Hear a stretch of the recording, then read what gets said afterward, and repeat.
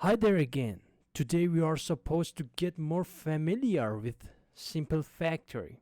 Actually, simple factory is not a design pattern, but for which other factory patterns this is good to start with. When in a project we have a lot of classes to instantiate, it is not recommended to use new keyword or maybe creating objects are too complicated. So it is better to dedicate a class just for creating objects. Furthermore, this allows us to hide the creation logic from the client. So as we can see, there are some related class with same functions like YouTube class, Twitter class, and Instagram class. All of them have same methods. I know. In this case, related classes with same functions, we can use factory method. But this is arbitrary methods just for creating simple factory, nothing more. So we have, as I said, we have three classes: YouTube, Twitter, and Instagram. And we assume that creating objects in these cases are too complicated, and also we want to hide the creation logic from the client or other developers. I should mention one thing more. In some cases or in some projects we have more and more classes, like thousands of classes. It is good idea to use simple factory or dedicated class just for creating objects. So let's try it in real world. As my three classes are related to the social media, I'm gonna create a class which name is social media. So about the factory classes, all of them have a method which called make or create or something like that. I'm gonna use create one. So public function create, and at the first I'm gonna check if class exists or not, and I'm gonna use PHP inbuilt function which is if class exists. I should pass a argument or type of the class into this function, and in here I'm gonna check it if the class is exists or not. If it is exists, I'm gonna return new one. Otherwise, I'm gonna throw an exception. The class you wanted to create does not exist. So yep, let's try it by creating an object. Actually, I'm gonna create a variable which call it creator, and I'm gonna say new social media class. Then I want to create an Instagram object, so my property or my variable actually would which called Instagram object. I think I misspelled it. Instagram object, and creator. When I'm looking at this one, creator create is not good idea. It is not clean code. So I'm gonna change it to social media, like this. Social media create, for example, something arbitrary, and we're gonna have an error. The class we wanted to create is not exist. Yeah, the class we wanted to create is not exist. So for example, I want to pass it the correct one. I'm gonna, yeah, we don't have any error. So our code is running well until now actually. Up until here, our code was too simple. Let's pass some arguments for Instagram class creation to make it harder, like so. Uh, if I want to create Instagram class, I should pass some args to it. And in this case, we don't. Actually, we are not pass any argument to our Instagram creation. So we will have an error. Yes, we have. So let's see what we are doing here. We are creating an Instagram and passing a string which is called Instagram to our create method. It's gonna check if the class exists, it will return new one of that class. But in this case, our Instagram class needs some arguments. So in this case, we should we should pass some arguments to that method for creating. And by default, I will put them null because we will have conflict, because our other classes like Twitter and YouTube does not need any extra arguments for creation. Just our Instagram class needs some arguments for creation. So yeah, we should pass then that args to this type, and in this case I'm gonna rb. Yep. Yeah, we don't have any error because we passed our arguments well so far. So let's check our class methods is working well or not. So Instagram object post method, and the Instagram post method will just return some string posted on Instagram. I'm gonna echo it. Yeah, our code is working well. So let's create another class. I'm gonna just, for more better readability, some yep. And for example, YouTube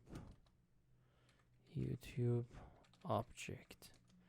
I'm gonna call social media create method, and I'm gonna pass some YouTube. These strings should match to this class name, because in this function we're gonna check it if it is exists or not. So I'm gonna use its function to see if it is working well or not. Yeah, we have our Instagram class and YouTube, and both their methods are working well.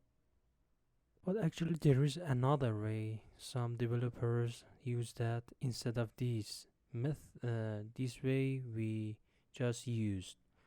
They gonna dedicate they gonna just dedicate some methods for creating a specific class. Let me explain more about it. So for each class, for example, for what was our first class, it was YouTube. For YouTube class, they're gonna say YouTube create YouTube method, and it's gonna just return new YouTube class. And they're gonna create another Twitter.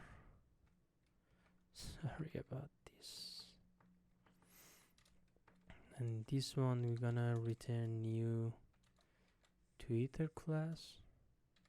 And for the last one, we're gonna create Instagram method for creating Instagram class. As we remember, our Instagram class needed some arguments for creation, for its creation. Let's find some args and args. So from the beginnings, we should first create our social mm, social media uh, object. We will use new social media, yeah, and the social media. For example, create Instagram, and we're gonna put it on some variables. Instagram object, like so. And if we try Instagram object post method, it should work well. Yeah, we didn't pass any arguments to our Instagram class. Something. Yeah, because this is not showing anything because we hadn't echoed yet. So our code actually is working well. And if I use another class for testing, what happened just? YouTube object, social media, create YouTube, and echo YouTube post. Yeah, our code is working well. And instead of that, we can use just echo YouTube object variable, and it's working well because of this magic method of PHP inbuilt function.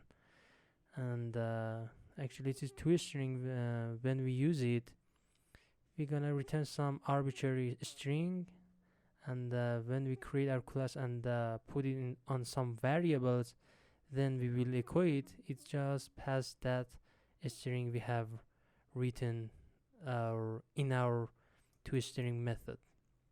So yeah, our code is working well. So as remember, if our class just needed to be instantiated once or have a single instance of our class, we should turn it to the singleton pattern. Actually, it is good idea. And in this case, our social media class is just a creator, and we don't want have a different objects from that class. So it would be logical to turn our class just to be a singleton. For having a singleton class, we should follow these rules.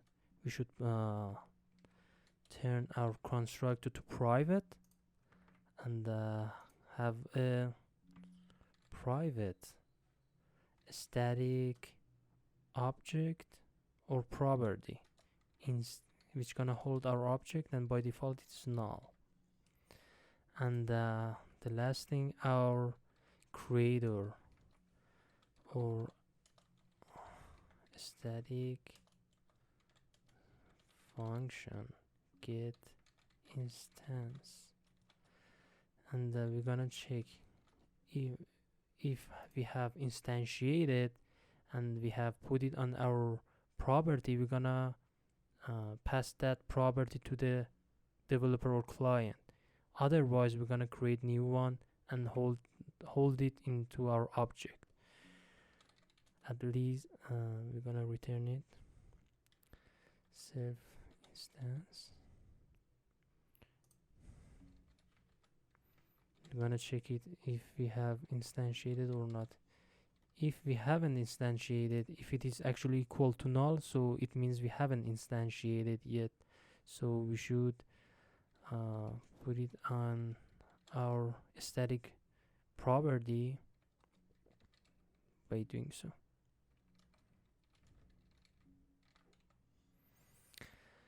So yeah, we have an error in here. Why? Because we can't use new keyword anymore. Why? Because we turned our constructor to private. By doing so, we can't use new keyword anymore. So what we should do now, we should just reuse our static method, which is called getInstance. Social media class getInstance. Let's check our code is working well or not. Yeah, our code is working well, and we turned our social media class, which was creator, to singleton, which was cool thing. See you for next videos.